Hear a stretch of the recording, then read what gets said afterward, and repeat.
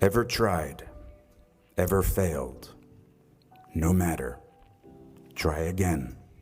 Fail again. Fail better.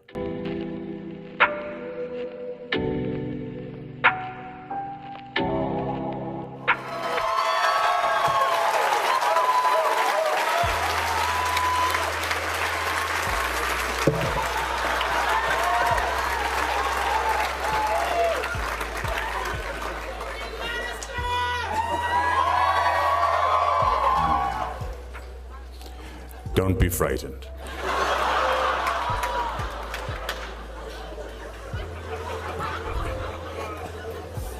When a Bennington student, 10 minutes before you come up to the podium, hands you a mace,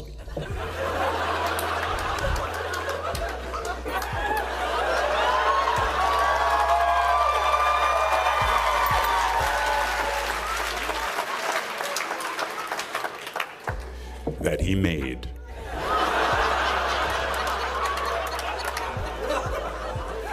if you don't bring it to the podium with you,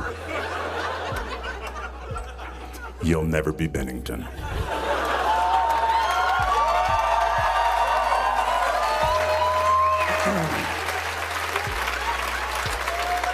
So I would like to thank you, Ben, for helping me put the fear of God in the audience tonight. But I have to put it down because I'm an actor and I'm really weak. That was heavy. It wasn't like a prop. That shit was real. Thanks, Ben. So now I'm gonna read. And I'm not off book, so I might be looking down a lot. Thank you, President Coleman. Brian Conover.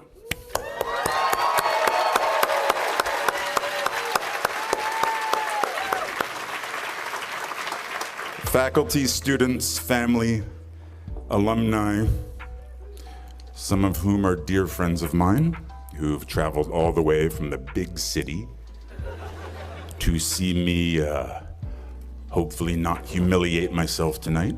And especially thanks to you, the graduating class of 2012.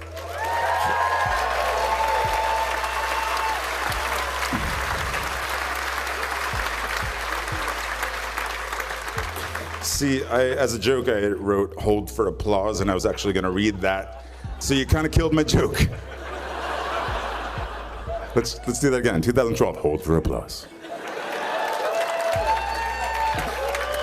2012. Wow. I never thought I'd see 2012. I thought perhaps the Mayan calendar would prove correct. And the end of the world would have been the greatest excuse to get me out of this terrifying task of delivering the commencement speech. But wait, according to the Mayan calendar here, when does the world end? December 2012.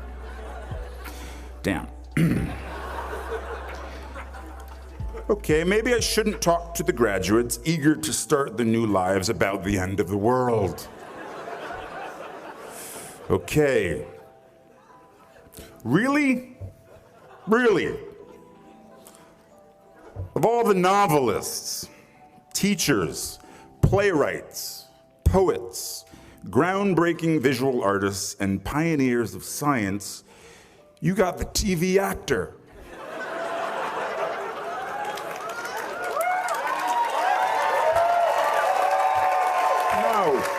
No.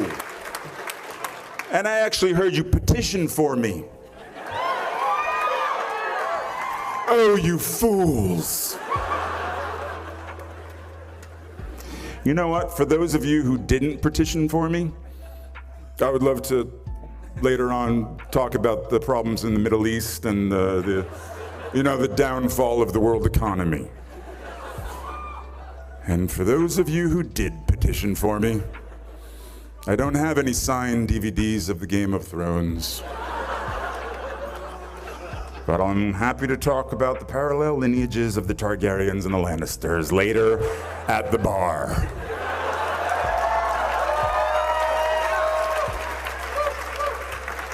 You see, it took all of my strength, and of course a little extra push from my wife, Erica, for me to agree to do this. Because I don't do this. In my profession, I am told by people who know what they're doing, where to stand, how to look, and most importantly, what to say.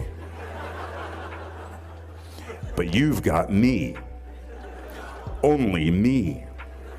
My words unedited and, as you will see, quite embarrassing. Okay, let me think. I'm thinking. But I didn't read that. That was ad-lib. Let me think. What has everyone and their uncle told me as I desperately seek out advice on how to give a commencement address? Tell them what they want to hear. Talk about your time at Bennington. Know that there is no wrong speech.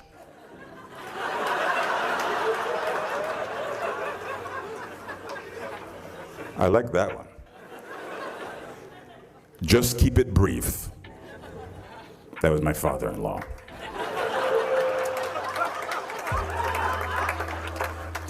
Be brutally honest. Tell them how hard it is after you graduate.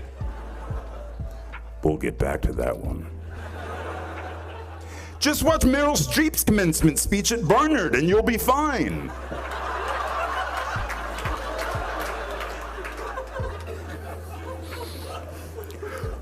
What did Beckett say? I can't go on. I'll go on. So even if I don't burn in your hearts and minds long after this speech is over, even if I don't inspire you to reach for the stars and beyond, even if I am erased from your memory after one glass of wine tonight, where am I going with this? I can't go on. I'll go on. You know, I won't speak of my time here like some old fisherman. You have already had your time here. You have your own story to tell. But I have to say, for me, it did start here, in Vermont, on a very rainy night. It was 1987, and I was a prospective student. The rain was coming down so hard, it was impossible to see that I was meeting the person who would later become my greatest friend and collaborator. A freshman who would, 17 years later, introduce me to the woman that became my wife. I'll call him Sherm, because I do. It was late at night on the road right there near Booth House. And despite the dark night and the heavy rain, this place was so alive. The lights pulsed from each of the dorms. Now, I was a kid from New Jersey who went to an all-boys Catholic high school. I was 4 foot something. I mumbled when I spoke. I wore a sort of woman's black velvet cape.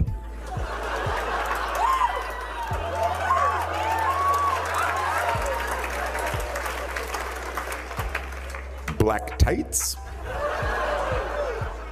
combat boots, and a scowl. But here at Bennington, I was home.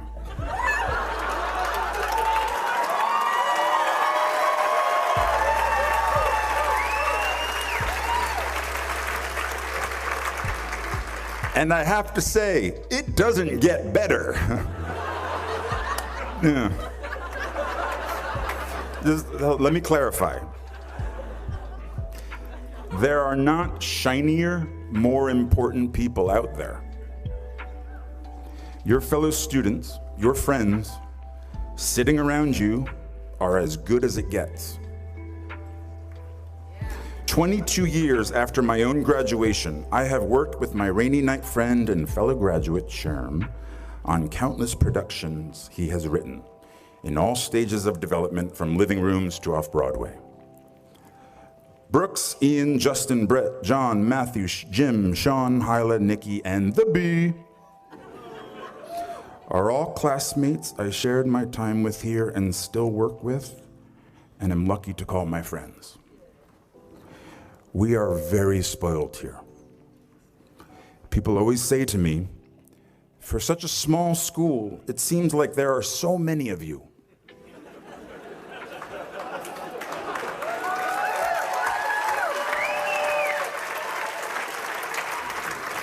I find that really interesting, and I kind of think that's perfect.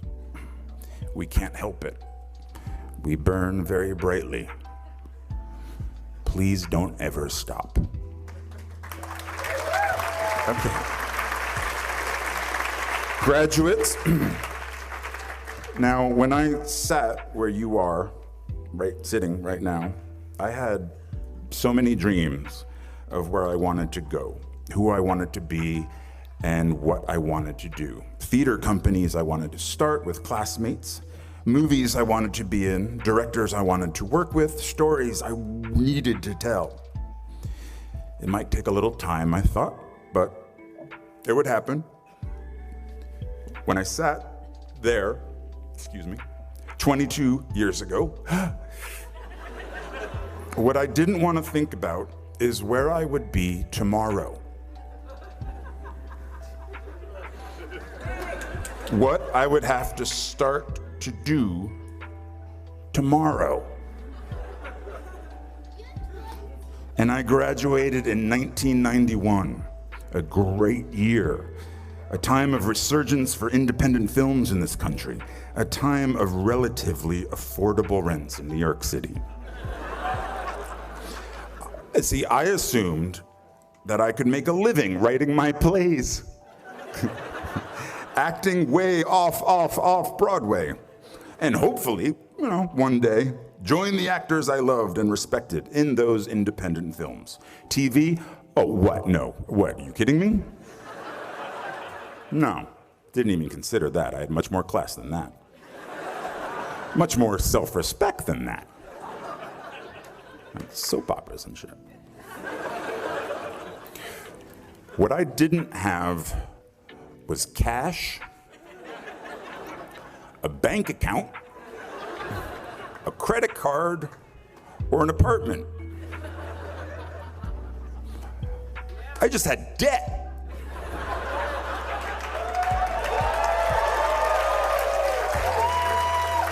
A big, hungry, growing larger every moment debt. So as you will tomorrow, I had to leave beautiful Vermont. I packed the life that I knew with socks and a toothbrush into my backpack, and I slept on couch after couch after couch after couch at friends' apartments in New York until I wore out their rent-paying roommates' welcome.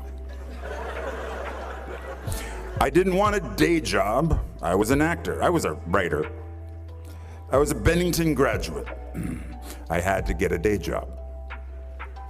I dusted pianos at a piano store on Ludlow Street for 5 months. I worked on the property of a Shakespeare scholar for a year, pulling weeds and removing bees' nests.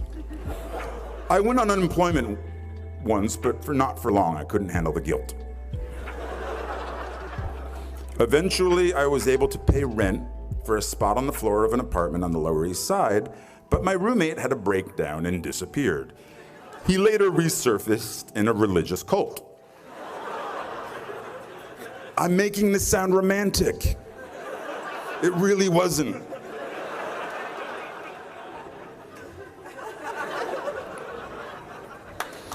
I helped hang paintings at galleries, paintings that inspire you to think, I could do that.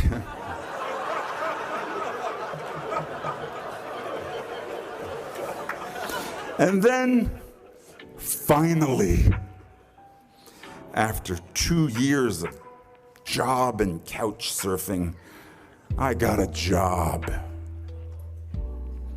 in application processing as a data enterer at a place called Professional Examination Services.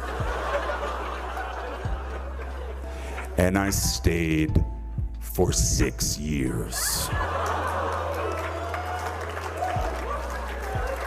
6 years. Longer than my time at Bennington. From the age of 23 to 29. Well, they loved me there. I was funny. I wore black, no cape, no tights.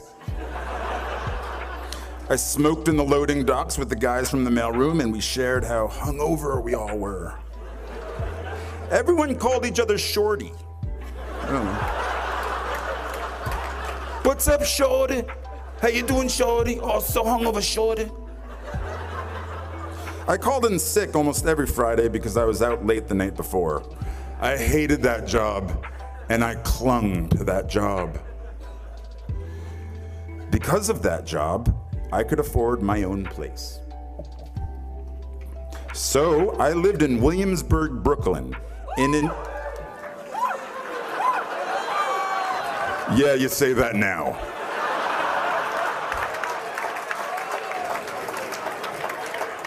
Oh, my kingdom for a time machine.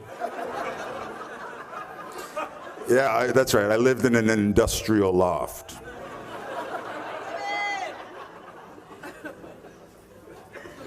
My rent was $400 a month.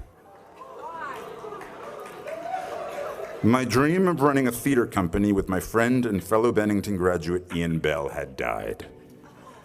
I won't go into those details, but neither one of us had any business sense, and the theater we lived in, it had no heat or hot water. We didn't smell very good, but we had our youth. The youth gets old very quickly. You'll see. So Ian moved out to Seattle, and I moved up to the street, to my loft. And I still didn't have heat. In 1993, industrial loft meant not legal to live there. I don't want this to sound cool, and I feel like it's sounding cool. Ad lib.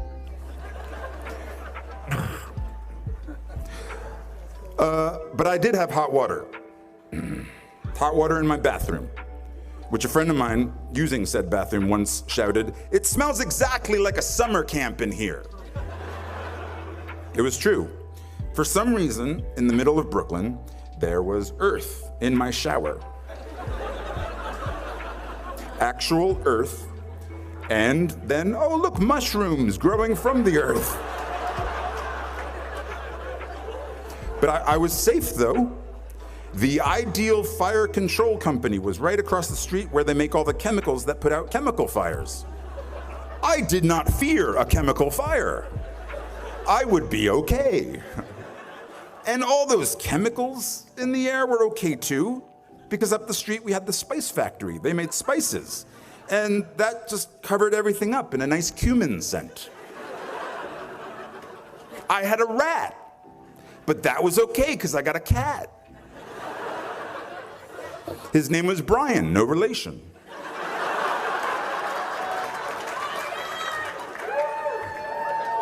My grandmother had given me a pink pull-out couch.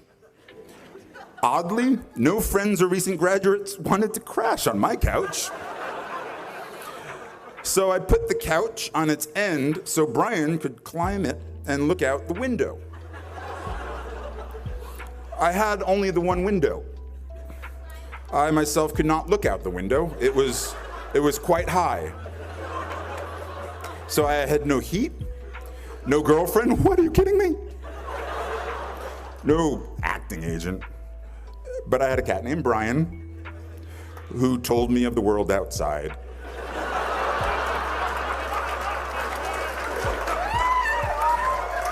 And I stayed for 10 years.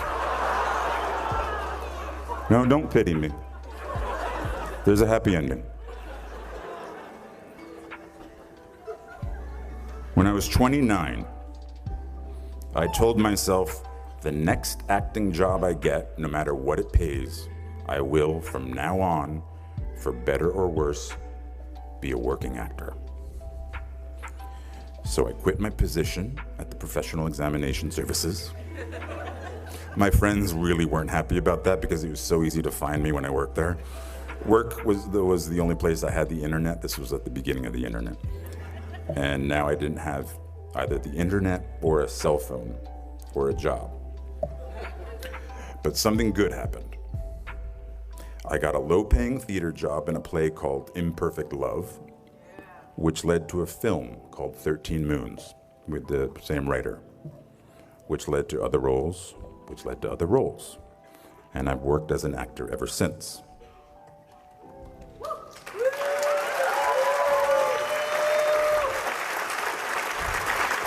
But I didn't know that would happen. At 29, walking away from data processing, I was terrified. 10 years in a place without heat, 6 years at a job I felt stuck in. Maybe I was afraid of change.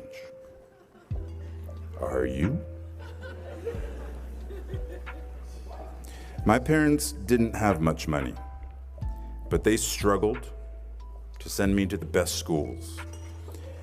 And one of the most important things they did for me, and graduates, maybe you don't want to hear this, is that once I graduated, I was on my own. Financially, it was my turn.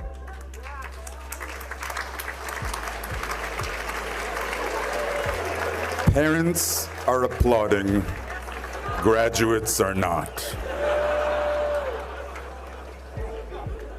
But this made me very hungry, literally. I couldn't be lazy. Now I'm totally lazy, but back then, I couldn't be.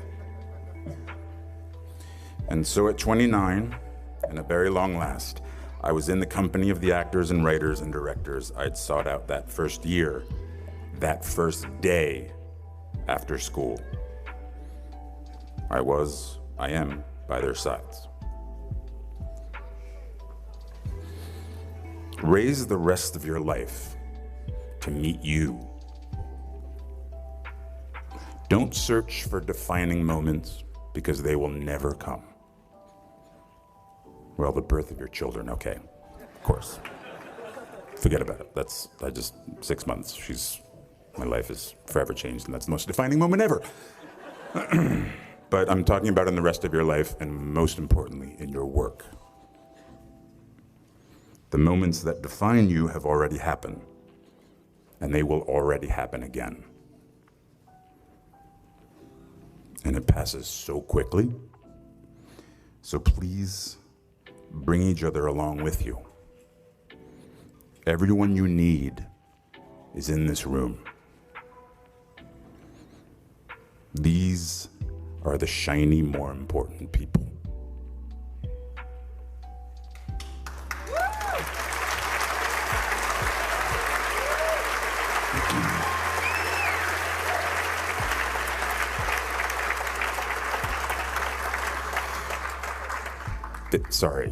It sucks after graduation. It really does. I mean, I don't know, at least it did for me, but that's the only thing I know. You just get a bit derailed. But soon something starts to happen. Trust me. A rhythm sets in. Just like it did after your first few days here. Just try not to wait until, like me, you're 29 before you find it. And if you are, that's fine too. Some of us never find it. But you will. I promise you, you are already here. That's such an enormous step all its own. You'll find your rhythm or continue the one you have already found. I was walking downtown in Manhattan the other day, and I was approached by a group of very sweet young ladies. Easy. Actually, they're sort of running feverishly down the street after me.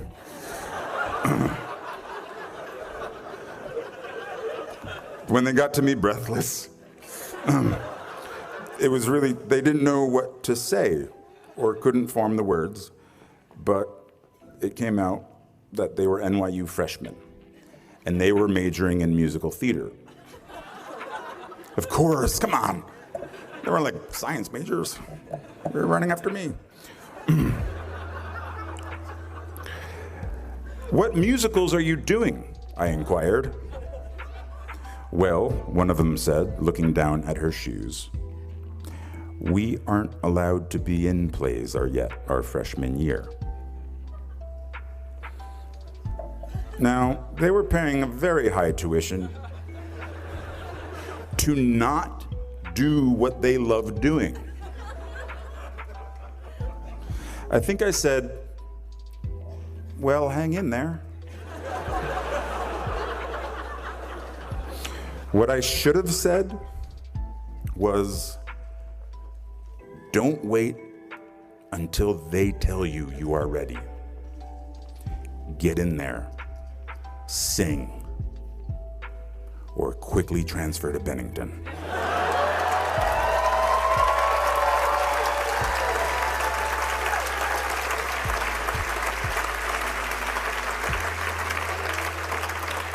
When I went to school here, if a freshman wanted to write, direct, and star in her own musical, the lights would already be hung for her.